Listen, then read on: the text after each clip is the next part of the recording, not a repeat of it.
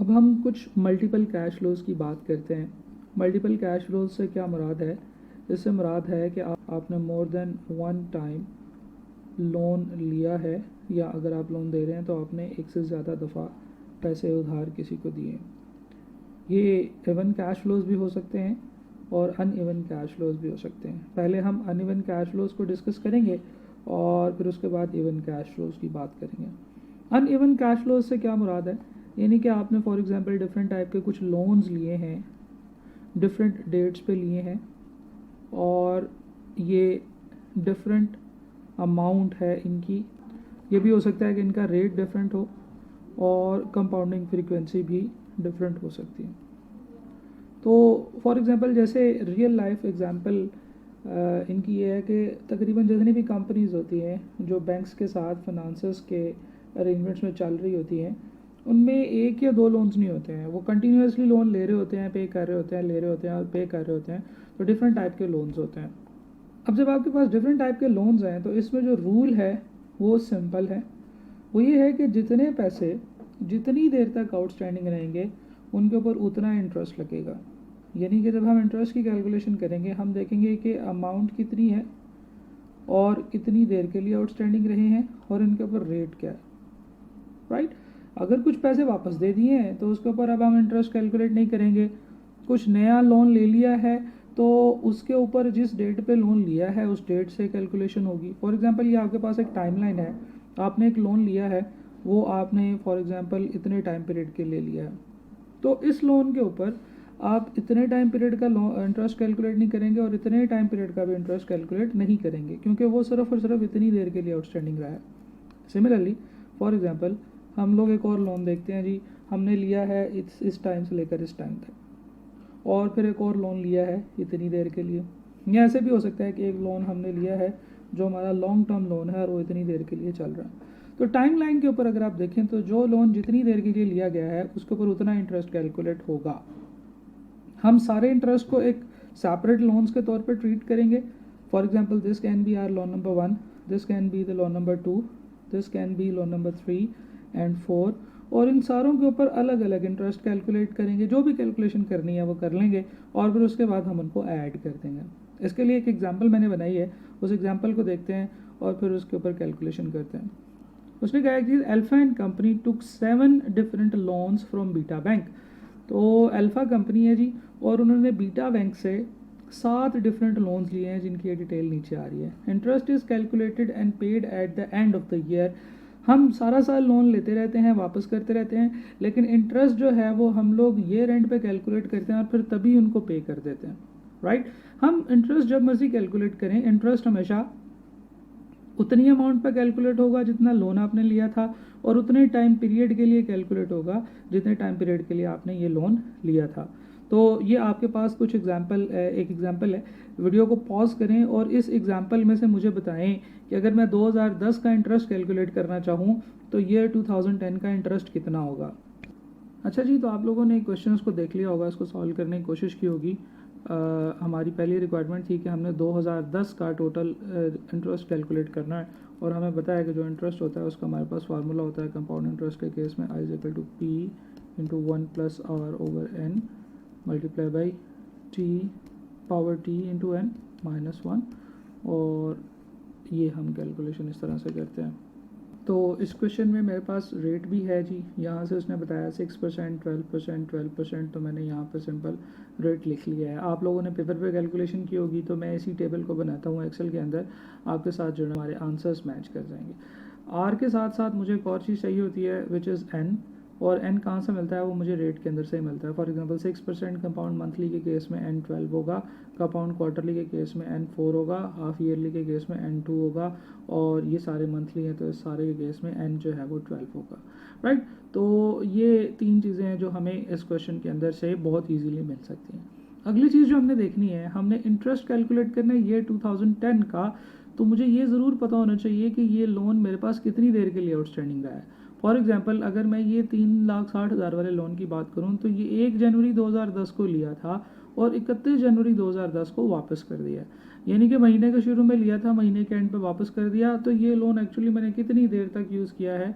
ये मैंने सिर्फ 1 महीने के लिए यूज़ किया है, और टाइम जो होता है वो हमेशा मेरा किसमें होता है जी, मंथ्स की बजाय हम लोग इसको ईयर में लिखते हैं।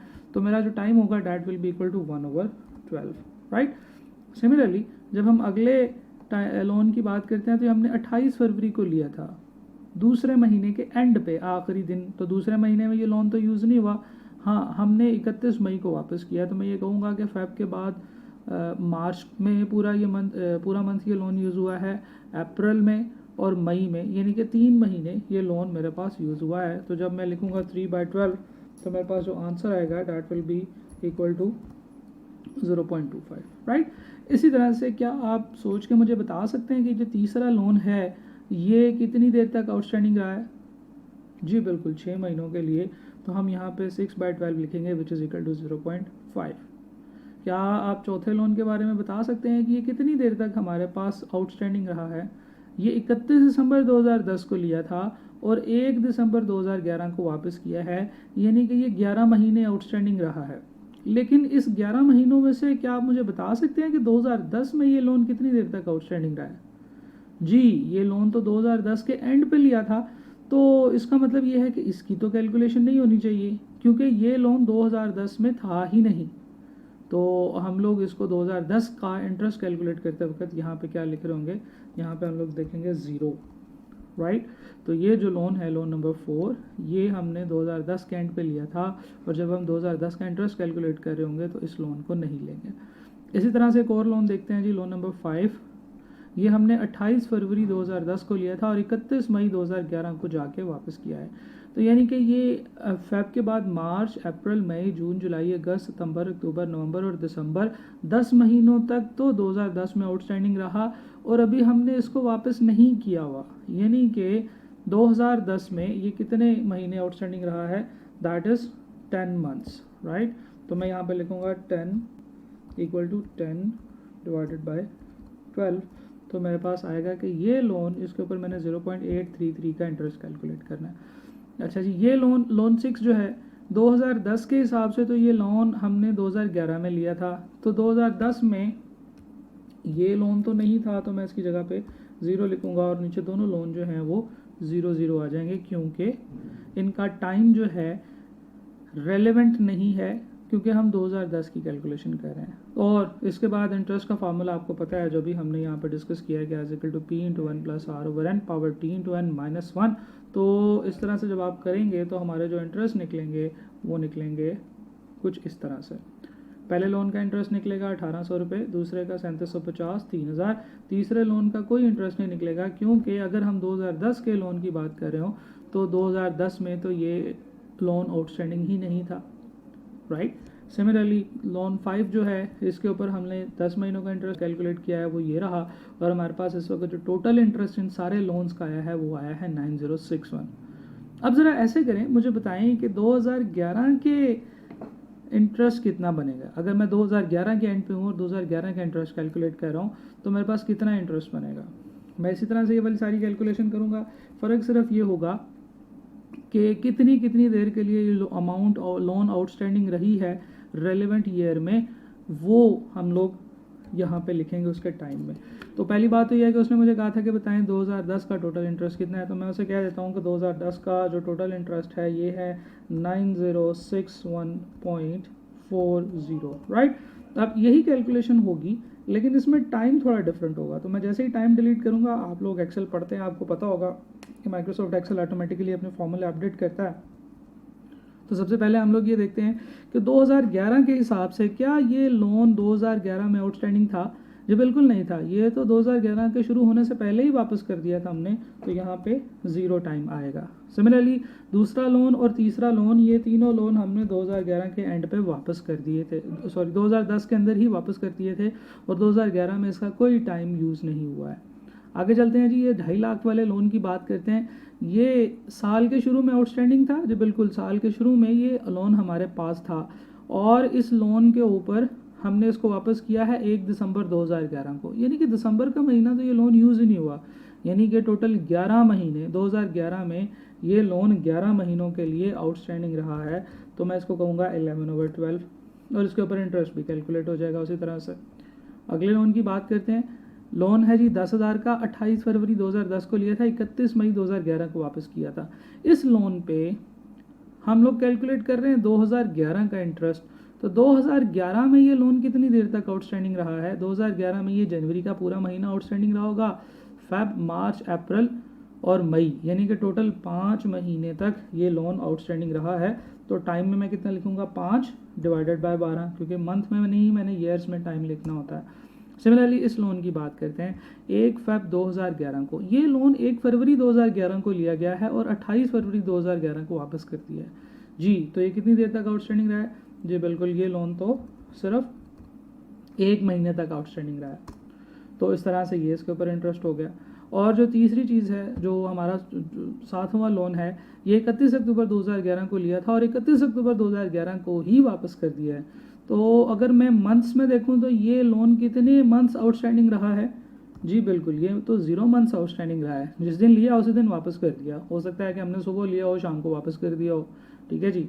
तो इस तरह से इसके ऊपर जब हमारा जो टाइम पीरियड होगा वो होगा 0 मंथ्स, क्योंकि हमने इसको पूरा महीना यूज़ ही नहीं किया है। तो इस तरह से अगर हम लोग इंटरेस्ट की बात करें तो हमारे पास जो पैसे बनते हैं दूसरे साल का 2011 का interest, that will be equal to 18,101 रुपये 47 पैसे। मैं फिर बता रहा हूँ कि एक्सेल आप यूज़ नहीं कर सकते हैं QM के पेपर में, और ना ही एक्सेल की मदद से क्वेश्चन सॉल्व करने की जो प्रैक्टिस है वो मैं आपको करा रहा हूँ। मैं सिर्फ आपको ये बता रहा हूँ कि आप ये प्रैक्टिस अपने पास पेपर पे करोगे, आप हर एक जो है वो लोन का अलग अलग इंटरेस्ट कैलकुलेट करोगे, तो ये सिंपल मल्टीपल कैलकुलेशंस है। इंटरेस्ट कैलकुलेट करना हमने बड़ी दफ़ा सीखा हुआ है। तो मैं सिर्फ अपनी वीडियो की लेंथ को कम रखने के लिए इस क्वेश्चन को एक्सेल पे सॉल्व कर रहा हूँ, राइट। जब आप सॉल्व करेंगे तो आपको पता है कि फार्मूला क्या है। फार्मूला हमारे पास ये है, आप हर लोन की अलग अलग कैलकुलेशन करेंगे और एंड पे उन लोन्स की वैल्यूज़ को ऐड करेंगे। आगे देखते हैं जी। हम लोग, उन्होंने कहा जी find the total payable amount as on 31 December 2010 principal as well as interest. यानी कि अगर 31 दिसंबर की हम बात करें तो 31 दिसंबर 2010 पे उसने कितने पैसे पे करने थे जी? बिल्कुल, अगर पे करने की बात आए तो आपने उसको इंटरेस्ट पे करना होता है, और दूसरी चीज़ वो जो लोन आपने लिए हुए हैं वो भी वापस करने होते हैं, राइट। अच्छा, 31 दिसंबर 2010 पे अगर मैं बात करूं तो मैंने क्या क्या चीज़ें वापस करनी है। एक तो मैंने उसको इंटरेस्ट वापस करना है, उसमें मुझे ऐड करना पड़ेगा वो वाले तमाम लोन जो अभी तक मैंने वापस नहीं किए हैं। तो सवाल ये है कि क्या 3,60,000 रुपये मैंने 2010 में लिए थे? जो बिल्कुल 3,60,000 2010 में लिए थे, और वापस कब किए हैं? 31 जनवरी 2010 को वापस कर दिए। यानी कि 31 दिसंबर पे, इस साल के एंड पे ये पैसे आउटस्टैंडिंग ही नहीं है।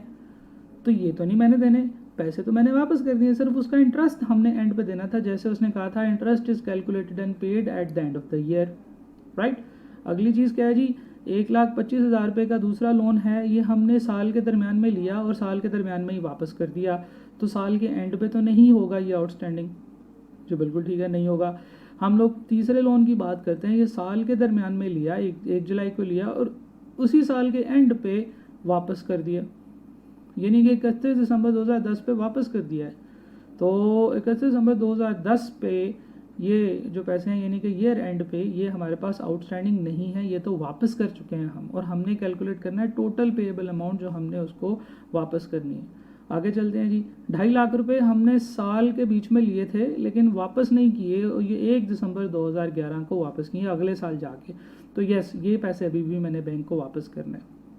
सिमिलरली ये 10,000 रुपये मैंने, इसको भी ऐड कर देते हैं, 10,000 रुपये मैंने 28 फरवरी 2010 को लिए हैं और 2011 में जाके वापस किए हैं। तो अगर मैं 2010 के ईयर एंड की बात करूं तो उस वक्त ये पैसे भी मेरे आउटस्टैंडिंग थे, तो मैंने इनको भी ऐड कर दिया। ये पैसे तो अगले साल लिए हैं और अगले साल वापस किए हैं, ये 2010 पे आउटस्टैंडिंग नहीं है।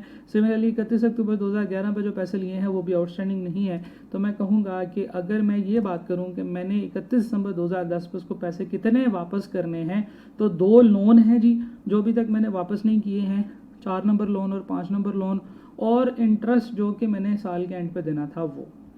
अच्छा, इसी कैलकुलेशन को हम लोग यहाँ पे करते हैं। Total interest for the year 2011 ये पे करना है एक तो आपने, और उसके बाद आपने वो लोन पे करने हैं जो अभी तक आपने वापस नहीं किए हैं। तो फॉर एग्जांपल 31 दिसंबर 2011 पे कौन कौन से लोन अभी तक वापस नहीं हुए हैं, देखें ये बात तो हमने की थी कि लोन नंबर 3 तक तो पिछले साल ही वापस कर दिए थे। लोन नंबर 4 1 दिसंबर 2011 को वापस हो चुका है। हम कब कैलकुलेशन कर रहे हैं? हम 31 दिसंबर 2011 की कैलकुलेशन कर रहे हैं। वक्त का और टाइमलाइन का और डेट्स का बड़ा ध्यान रखना है आपने, अभी भी और आगे भी फ्यूचर में जितने भी आपके सीए के कोर्सेज आएंगे, डेट्स में एग्जामिनर आपको बहुत ज़्यादा फंसाएगा।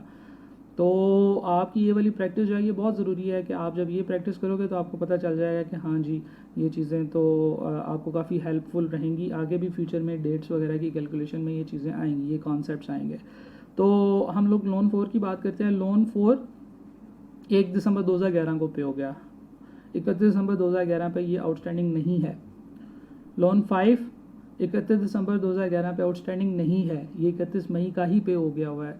लोन 6 भी पे हो गया हुआ है और लोन 7 भी पे हो गया हुआ है। इसका मतलब ये है कि अगर हम सिर्फ 31 दिसंबर 2011 की बात करें तो हमने सिर्फ और सिर्फ उस साल का इंटरेस्ट उसको वापस करना है। तो इस कॉन्सेप्ट में, इस क्वेश्चन में हमने बहुत सारी चीज़ें देखी हैं। हमने देखा कि अगर मल्टीपल कैश फ्लोज हों, मल्टीपल लोन्स हों आपके पास, तो आप हर लोन के ऊपर उतनी देर का इंटरेस्ट कैलकुलेट करते हैं जितनी देर तक वो आउटस्टैंडिंग रहा है और उतने रेट पे जो उसका रेट एग्री हुआ होता है, राइट। और डेट्स का ध्यान रखना होता है। जब एक लोन वापस कर दिया है उसके बाद हम कभी भी उसके ऊपर इंटरेस्ट कैलकुलेट नहीं करते हैं। तो ये था जी अनइवन कैश फ्लोज। हमने कहा कि इसमें बिल्कुल कोई भी नई चीज़ नहीं है। अगर आपके पास एक से ज़्यादा लोन है तो एक्चुअली आप 7 डिफरेंट क्वेश्चंस अलग अलग सॉल्व कर रहे हैं।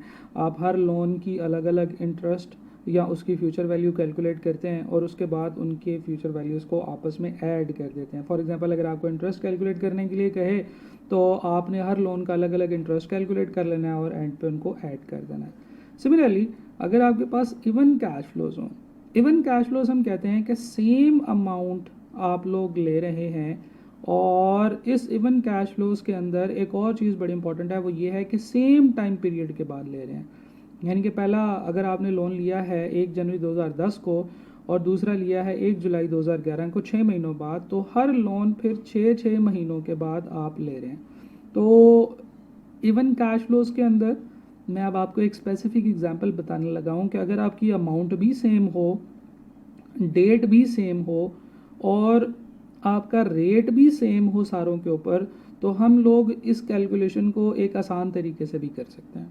तो सबसे पहले तो आप ऐसे करें कि आप मुझे इन वीडियो को पॉज करें, इस वीडियो को पॉज करें और मुझे बताएं कि अगर मैं इन लोन्स की बात करूं और मैं कहूं कि जी ये सारे पैसे मैंने 31 दिसंबर 2012 को रिटर्न करने हैं, तो मैं एक्चुअली इन 6 लोन्स के बदले टोटल कितनी वैल्यू रिटर्न करूंगा। यानी कि इन सारे के सारे 6 लोन्स का मुझे आपने सम कैलकुलेट करके बताना है, राइट। आप कैलकुलेशन किस तरह से करेंगे, पेपर पे आते हैं इवन कैश फ्लोज के ऊपर। मैं इसी एग्जांपल को पहले आपके सामने ड्रॉ करता हूँ। आपने कुछ पैसे लिए हैं बैंक से, आपने लिए हैं 1 जनवरी 10 को 60,000 रुपये लिए हैं। फिर आपने 1 जुलाई 10 को मज़ीद 60,000 रुपये लिए हैं। फिर आपने 1 जनवरी 11 को मज़ीद 60,000 रुपये लिए हैं। 1/7/11 को भी 60,000 रुपये लिए हैं। और फिर आपने 1/1/12 पे भी 60,000 रुपये लिए हैं। और फिर आपने 1/7/12 पे भी 60,000 रुपये लिए। और आप कैलकुलेट करना चाहते हैं कि ये जो पैसे हो जाएंगे ये सारे के सारे मिल के इस डेट पे यानी कि 31 दिसंबर 2012 पे इन सारे पैसों की फ्यूचर वैल्यू यानी कि सम कितना हो जाता है। तो आप जो कैलकुलेशंस करेंगे, आप सबसे पहले ये 60,000 रुपये पकड़ेंगे और इसको कंपाउंड करेंगे 3 सालों के ऊपर, क्योंकि आप फ्यूचर वैल्यू कैलकुलेट करना चाहते हैं। आपका फार्मूला क्या होगा, S=P × 1 + R power T R/N T/N। तो 3 साल के लिए इन पैसों को कंपाउंड करना है। और फिर दूसरी कैलकुलेशन आप क्या करेंगे, आप इन पैसों को जो 1/7/2010 को लिए हैं इसको कितनी देर तक कंपाउंड करना पड़ेगा, 6 महीने, 1 साल, 1.5 साल, 2 साल और 2.5 साल, यानी कि 2.5 ईयर्स तक इसको कंपाउंड करना पड़ेगा। सिमिलरली ये 60,000 रुपये लेंगे, इसको भी आप कंपाउंड करेंगे कितनी देर के लिए, 1 और 2 सालों के लिए, 2 ईयर्स के लिए। ये 60,000 भी आप कंपाउंड करोगे 1.5 ईयर्स के लिए और ये 60,000 भी आप 1 ईयर के लिए कंपाउंड करोगे, और ये वाले जो 60,000 हैं ये आप कितनी देर के लिए कंपाउंड करोगे? हाँ जी बिल्कुल 0.5 ईयर्स के लिए कंपाउंड करोगे। आपके पास जो रेट है जो हमने एग्जांपल में अज्यूम किया हुआ है that is 12% compound semi annually, 12% compound semi annually, right. तो अब आप इसकी कैलकुलेशन करें। एक कैलकुलेशन मैं करता हूँ। फॉर एग्जांपल लेट्स सी, अगर मैं ये वाले 60,000 को कंपाउंड करता हूँ 1.5 ईयर्स पे, तो मेरा सम का फार्मूला क्या है जी? S is equal to P into 1 plus R power T R over N T into N। इस केस में मेरे पास जो सम बनेगा वो बनेगा P which is 60,000 multiply by 1 plus what is the rate? Rate is 12%, 0.12, और टाइम कितना है जी? 1.5 ईयर्स। आर ओवर एन करना पड़ेगा, एन इस केस में कितना है? 2, और टाइम भी कितना है? 2, टाइम के साथ भी 2 मल्टीप्लाई होगा। तो जब आप इसको सॉल्व करेंगे तो इसका आंसर क्या आएगा? 71,460.96 जी। तो आप इस वीडियो को पॉज करें और बाकी सारी कैलकुलेशंस करके मुझे बताएं कि ये 60,000 रुपये की 6 पेमेंट्स का सम टोटल यानी कि फ्यूचर वैल्यू इस डेट पे कितनी हो जाएगी जी। तो जब आप ये 60,000 रुपये को 0.5 ईयर्स के लिए कंपाउंड करेंगे तो आपका आंसर आएगा 63,600, एक साल के लिए 67,416, 1.5 साल की 71,460, 2 सालों के लिए ये 75,748 रुपये बनेगा, 2.5 ईयर्स 82,93.53, और 3 सालों के लिए 85,111.15। तो ये आपके पास टोटल जो इन 6 पेमेंट्स का जो फ्यूचर वैल्यू आ रही है डैट इज़ 443,630.26। तो हमने एक्चुअली क्या किया? हमने हर लोन को अलग अलग ट्रीट किया और उसके बाद हमने उनकी फ्यूचर वैल्यूज़ को सिंपली सम कर लिया, जैसे हमने अनइवन कैश फ्लोज में पढ़ा था। लेकिन अगर आपके पास ये तीनों चीज़ें सेम हों, यानी कि अगर मैं कहूँ कि जनाब आपके पास पेमेंट भी सेम है, आपके पास इंटरवल भी सेम है, यानी कि आप हर 6 महीने के बाद लोन ले रहे हो, और उसके ऊपर रेट भी सेम है, ये जो 3 चीज़ें हैं पेमेंट, इंटरवल और रेट, अगर ये तीनों सेम हो तो हम एक शॉर्टकट फार्मूले से भी सम कैलकुलेट कर सकते हैं, जो कि होता है S is equal to capital R into 1 plus R power T minus 1 over R multiply by 1 plus R, right. और रूल हमारा यही है कि अगर R n हो तो R ओवर n हो जाएगा और T इंटू n हो जाएगा, राइट। तो this is the formula, this is one simple shortcut जिस तरीके से हम लोग फ्यूचर वैल्यू सम कैलकुलेट कर सकते हैं। अगर आपकी पेमेंट सेम हो, इंटरवल सेम हो और रेट सेम हो, तो बजाय इसके कि हम हर एक कैश फ्लो के ऊपर अलग अलग कैलकुलेशन करें, हम लोग एक कंबाइंड फार्मूला भी यूज़ कर सकते हैं, यानी कि इस कंबाइंड फार्मूले से हमारा आंसर वही आना चाहिए जो भी हमने कैलकुलेट किया है। तो ऐसे करते हैं, इस फार्मूला में वैल्यूज़ पुट करते हैं। सिर्फ एक नई चीज़ है which is R. R means periodic payments, यानी कि आप एक टाइम पीरियड के बाद कितनी पेमेंट कर रहे हो। तो इस वक्त हम लोग कितनी पेमेंट कर रहे हैं? हर 6 महीनों के बाद 60,000 की, तो आर हमारा हो जाएगा 60,000। 1 plus what is the rate? Rate is 0.12, और एन कितना है? सेमी एनुअल कंपाउंडिंग है तो डिवाइडेड बाय 12। इसकी पावर टाइम, अब ये वो टाइम पीरियड होगा जो सबसे पहली पेमेंट को लगा है, यानी कि 3 साल तक हमारी पेमेंट चलती रही है, तो हम 3 लिखेंगे मल्टीप्लाई बाई 2, और जब हम टाइम को n से मल्टीप्लाई करते हैं तो ये हो जाता है नंबर ऑफ टोटल पेमेंट्स के इक्वल। हमने टोटल कितनी पेमेंट्स की हैं जी? ये बिल्कुल 6 की हैं, तो हमारे पास ये जो ऊपर वाला फैक्टर है that will be equal to total number of payments. Formula है T इंटू एन। -1 करेंगे, इसके बाद इसको डिवाइड करेंगे 0.12 के साथ, 0.12 डिवाइडेड बाई 2, और इस फैक्टर को हमने मल्टीप्लाई करना है 1 प्लस 0.12 ओवर 2। तो जब आप इसको कैलकुलेटर पे सॉल्व करेंगे तो आपका आंसर आएगा 443630.25। Right. So this is the sum of all those 6 payments. तो ज़रा देखिए हमारे पास पहले क्या आंसर आ रहा था. पहले हमारे पास आंसर आ रहा था 443,630.26 और अभी मेरा क्या आंसर आ रहा है जी 0.259. तो ये एक्चुअली ये 0.26 ही है. राइट. तो अगर हमारे पास ये तीनों चीज़ें सेम हो, सेम पेमेंट हो, सेम टाइम इंटरवल हो और सेम रेट हो, तो हम एक शॉर्टकट फार्मूला यूज़ करते हैं. ये जो इस तरह की कैश फ्लोज होती है ना, जिसमें सेम टाइम पीरियड के बाद सेम पेमेंट होती है, इसको हम एन्युटी कहते हैं. Right. This is called annuity. और एन्युटी जो है उसके लिए हम लोग सम का एक शॉर्टकट फार्मूला लगा सकते हैं. देखें अभी तो हमारे पास थी 6 पेमेंट्स, तो हमने 6 कैलकुलेशंस कर ली और 7वीं कैलकुलेशन में इनको सम कर लिया. लेकिन व्हाट इफ़ के आपने बैंक से एक लोन लिया है और उसकी 20 इंस्टॉलमेंट्स आपको मिलेंगी, तो फिर क्या आप हर इंस्टॉलमेंट को अलग अलग सम कैलकुलेट करोगे? नहीं. यहाँ पे हमारे लिए एक फार्मूला डिज़ाइन किया गया है कि जिसमें रूल क्या है कि अगर आपके पास सारी चीज़ें सेम हो, यानी कि पेमेंट भी सेम हो, रेट भी सेम हो और सेम टाइम पीरियड के बाद आप पैसे ले रहे हैं, तो इस केस में हम लोग एन्युटी का एक शॉर्टकट फार्मूला यूज़ कर सकते हैं.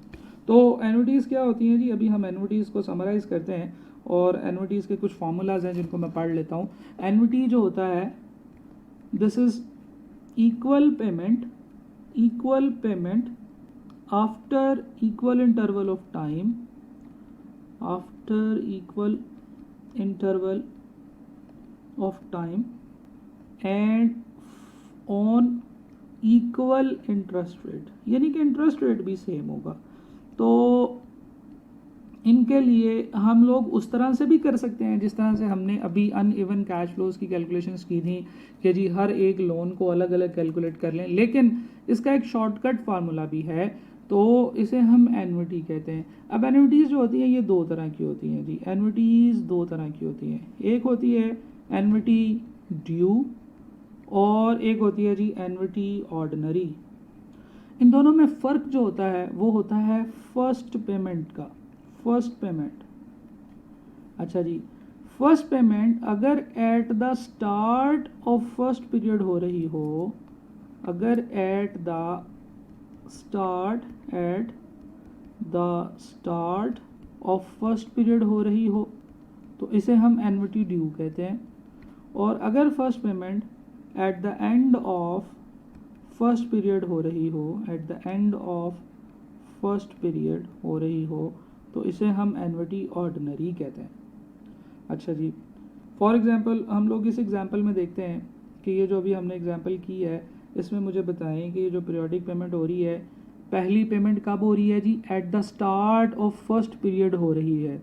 तो ये कौन सी एन्युटी होगी जी? बिल्कुल ये एन्युटी ड्यू होगी. राइट. एन्युटी ड्यू को एन्युटी एडवांस भी कहते हैं या एडवांस एन्युटी भी कहते हैं. एडवांस एन्युटी से क्या मुराद है? पेमेंट जो है वो पहली पेमेंट एडवांस में होगी, यानी कि पहली पेमेंट पहले होगी, पहले पीरियड के स्टार्ट में होगी. अच्छा, एन्युटी ड्यू के अंदर हम लोग जो अभी हमने फार्मूला पढ़ा है कि sum of annuity due is equal to capital R into 1 plus R power T minus 1 over R into 1 plus R. Similarly अगर आपके पास बहुत सारी कैश फ्लोज हैं और आप इनकी फ्यूचर नहीं प्रेजेंट वैल्यू कैलकुलेट करना चाहते हैं, present value of annuity due calculate करना चाहते हैं, तो इसका फार्मूला कुछ इस तरह से होगा, R into 1 minus 1 plus R power minus T over R into 1 plus R. Right. तो अगर आप गौर से देखें तो सम ऑफ एन्युटी ड्यू और present value of annuity due में जो फ़र्क है वो सिर्फ ये है कि ये जो अंदर वाले 3 एलिमेंट्स हैं 1 प्लस आर, 1 और टी, इन तीनों के साइन चेंज हो गए हैं. पहले -1 था, अब प्लस का 1 हो गया. 1 plus R power T minus plus का था पहले, अब माइनस का हो गया. और इसी तरह से टाइम जो था वो पहले पॉजिटिव था, अब नेगेटिव हो गया. सही है जी. तो ये है जी सम का फॉर्मूला, यानी कि फ्यूचर वैल्यू. इसको मैं कहता हूँ सम क्या होता है? ये होता है जी equivalent value at the end of last period, right. तो ये जो S होता है ये एक्चुअली इक्विवेलेंट वैल्यू होती है। किसकी इक्विवेलेंट वैल्यू होती है? जितनी भी आपने पेमेंट्स की हैं। जैसे इस क्वेश्चन में हमने 60 हज़ार की 6 पेमेंट्स की थी और हम इनकी फ्यूचर वैल्यू कैलकुलेट कर रहे थे, तो हमने कहा कि जी S कैलकुलेट कर लें क्योंकि वो उनकी इक्वल वैल्यू है। सिमिलरली P क्या होगा जी? P होगा equivalent value at the start of first period, right. अगर मैं कहता हूँ कि जी फ्यूचर की पेमेंट्स हो रही है और इनकी आज की डेट में वैल्यू बताएं कितनी होगी, तो उसके लिए हम लोग P कैलकुलेट करते हैं। सिमिलरली अगर हम एन्युटी ऑर्डिनरी की बात करें तो एन्युटी ऑर्डिनरी के केस में सम ऑफ एन्युटी ऑर्डिनरी का जो फॉर्मूला होता है वो होता है R into 1 plus R power T minus 1 over R, right. तो अगर आप गौर करें तो सम ऑफ एन्युटी ड्यू के फार्मूले में से ये 1 प्लस आर का फैक्टर ख़त्म कर दें तो हमारे पास सम ऑफ एन्युटी ऑर्डिनरी का फार्मूला आ जाता है। इसी तरह से present value of annuity ordinary का फार्मूला क्या होगा?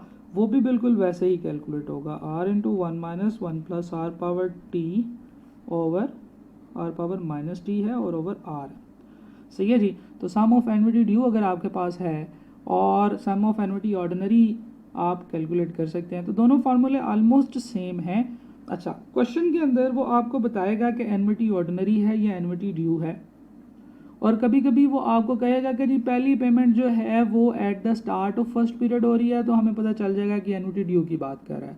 और अगर वो कहेगा कि first payment eight the end of first period हो रही है, तो हमें पता चल जाएगा कि एन्युटी ऑर्डिनरी की बात कर रहा है।